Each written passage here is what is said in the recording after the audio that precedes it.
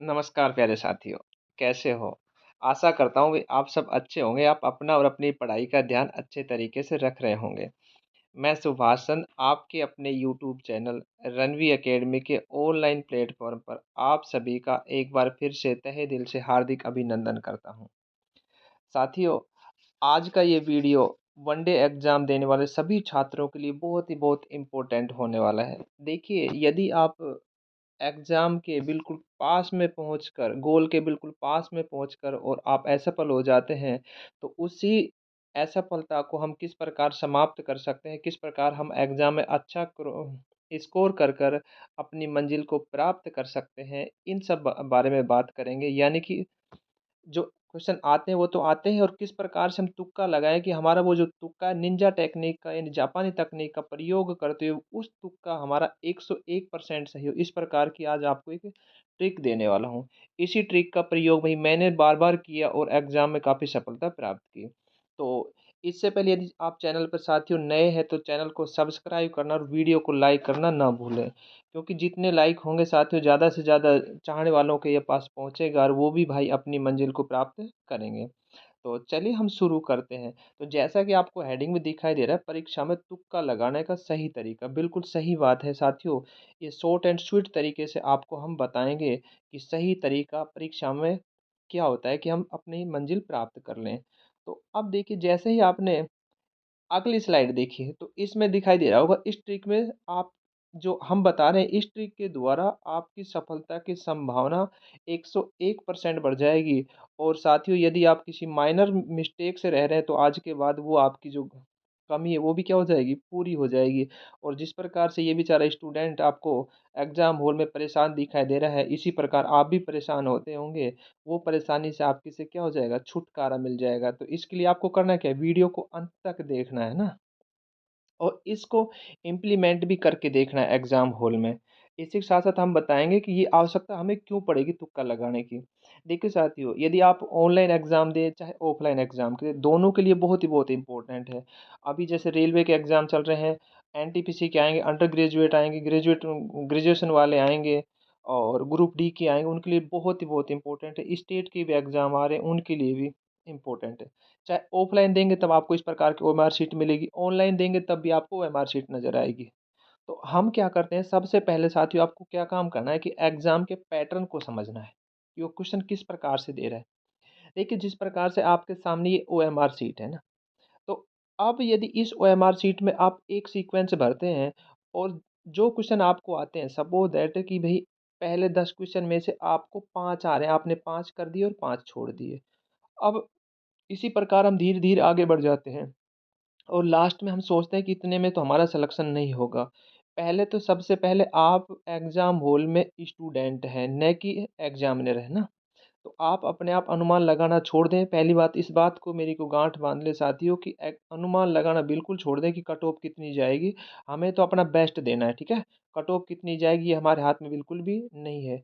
कई साथी तो क्या करेंगे सोचेंगे भई मेरे सीक्वेंस ए आ रहा है तो लास्ट में तुक्का मार के क्या भर देंगे ए भर देंगे। साथियों 22% संभावना है कि आपका ए सही हो जाएगा, है ना? तो इसलिए ऐसा तुक्का कभी भी ना मारें और कई साथी क्या करेंगे सभी में बी भर देंगे। भाई जब नेगेटिव हुई ना तो सोचेंगे कि 2 ठीक हो गए तो भी काम बराबर हो जाएगा। ऐसा बिल्कुल भी नहीं होता है साथियों, है ना? और कई क्या करेंगे जैसे ए भर दिया, एक में ए, दूसरे में बी, तीसरे में सी, चौथे में डी। वो तो और ही ज़्यादा महान आदमी है, तो ये तो अपने आप को सुसाइड करने वाली बातें हो गई ना कि आ बैल मेरे को मारे, यानी परेशानी को अपने आप इनवाइट करना। तो हमें क्या करना है ना? इस प्रकार तुक्का नहीं लगाना। इस तुक्के लगाने की आवश्यकता हमें क्यों पड़ी? क्योंकि एग्ज़ाम के दौरान हम जो याद किया उसको भूल जाते हैं और भूलते किस वजह से हैं? इसके देखिए एक तो हमारी रिवीजन में कमी रह जाती है। क्योंकि मैं बार-बार कहता हूँ प्रैक्टिस मेक परफेक्ट। हम ए मैन परफेक्ट नहीं करेंगे साथियों, ये हमारे खुद का बता रहे हैं आपको। प्रैक्टिस आपको क्या बनाती है? परफेक्ट बनाती है। तो यानी कि रिवीजन की कमी, दूसरा क्या है? स्ट्रेस। हम एग्ज़ाम हॉल में क्या लेते हैं? स्ट्रेस ले लेते हैं अनायास ही। भई आपको स्ट्रेस नहीं लेना, तनाव नहीं लेना है। बिल्कुल देखिए, आप खुशी का मौका है क्योंकि आप एग्ज़ाम में बढ़िया करेंगे तो आप नौकरी लगी तो आप स्ट्रेस लेंगे या खुश होंगे? तो खुश होंगे तो खुश होके आप एग्ज़ाम दीजिए, आपको आराम से सफलता प्राप्त होगी। दूसरी एग्ज़ाम से पहले हम पर्याप्त नींद नहीं लेते। जब तक नींद लेंगे तो माइंड कैसे काम करेगा ना? फिर चौथी हमारे अंदर सबसे कमी है कि हमारे अंदर आत्मविश्वास की कमी है। भई जब आपका विश्वास आपके ऊपर ही नहीं है तो दूसरा कौन विश्वास करेगा आपको? तो सबसे पहले अपने दिल को समझाइए ऑल इज़ वेल ना, तभी आप बेटर कर पाएँगे। यदि ऐसा नहीं कहेंगे तो बेटर नहीं कर पाएँगे साथियों। और जो साथी अब तक बने हैं वीडियो को लाइक नहीं किए, भाई एक लाइक कर दो आपको अच्छा लग रहा हो तो वीडियो। तो आत्मविश्वास की कमी भी बहुत ज़्यादा साथियों में होती है जिससे वो एग्ज़ाम में सफल नहीं हो पाते। और इम्पोर्टेंट एक और भारतीयों में कमी ये है कि डाइट में पोषण तत्वों का न होना। हम जंक फूड खाते हैं जिससे भई माइंड भी उसी प्रकार का काम करता है, तो इसलिए हमें अपनी डाइट में जंक फूड को शामिल न करें, जो न्यूट्रिशन वाले फूड हैं उनको शामिल करें कि जिससे हमें अधिक एनर्जी प्राप्त होगी। एनर्जी प्राप्त होगी तो हम अच्छे तरीके से परफ़ॉर्म कर पाएँगे। तो चलिए अब वो ट्रिक जिसका इंतज़ार आप अब तक कर रहे हैं, हम बताते हैं अब उस ट्रिक कौन-सी है। साथियों सबसे पहले ये क्वेश्चन है जैसे आपके सामने गीतांजलि के लेखक कौन हैं? यदि देखिए एक तरीका होता है नॉलेज बेस मेथड है ना? नॉलेज बेस मेथड कि जैसा आपको आता है जैसे इसमें साथियों कि गीतांजलि के लेखक कौन है? अब यदि आपको आ रहा है तो रवींद्रनाथ टैगोर, तो पढ़ें और आगे आंसर लगाएँ और उसको आगे बढ़ जाएँ।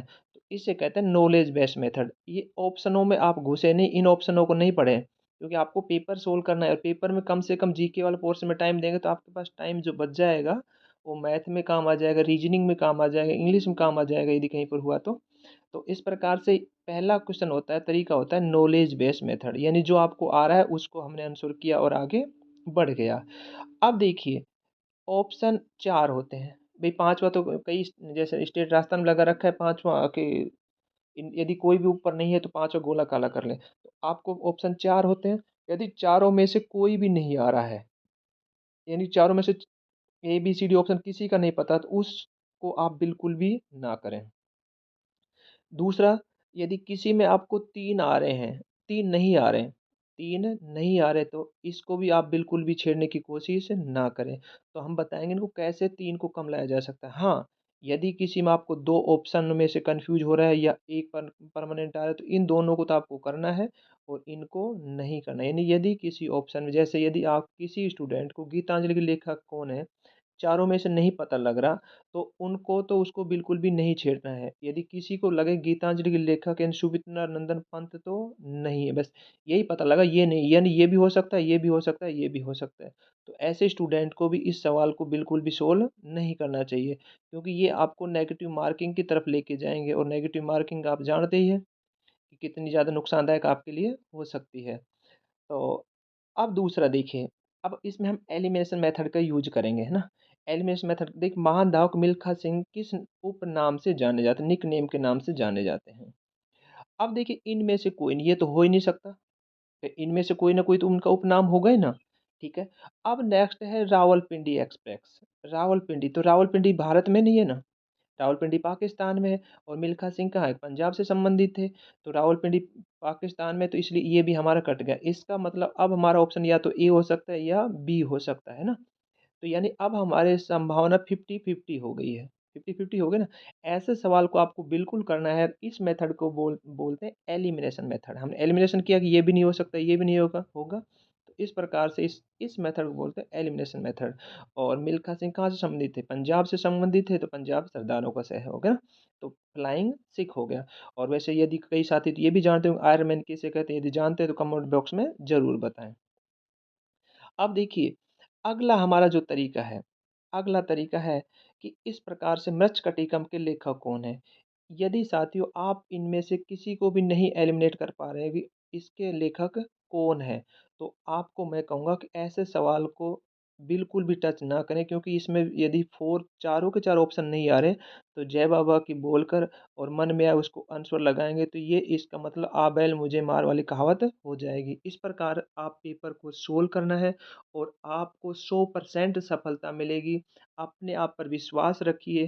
तो सबसे पहले एग्ज़ाम में बैठते ही विश्वास रखिए और कहिए कि आई कैन डू इट। हाँ, मैं कर सकता हूँ, मैं कर सकता हूँ। साथियों यदि आपका विश्वास आपके ऊपर नहीं होगा तो दूसरा आपके ऊपर कोई विश्वास नहीं करेगा। फर्स्ट ऑफ ऑल आपको अपना साथ खुद ही देना है, तभी दूसरा आपका साथ देगा। तो इन्हीं शब्दों के साथ मैं इस वीडियो में आपसे विदा लेता हूँ। मिलते हैं नेक्स्ट वीडियो में, तब तक के लिए जय हिंद।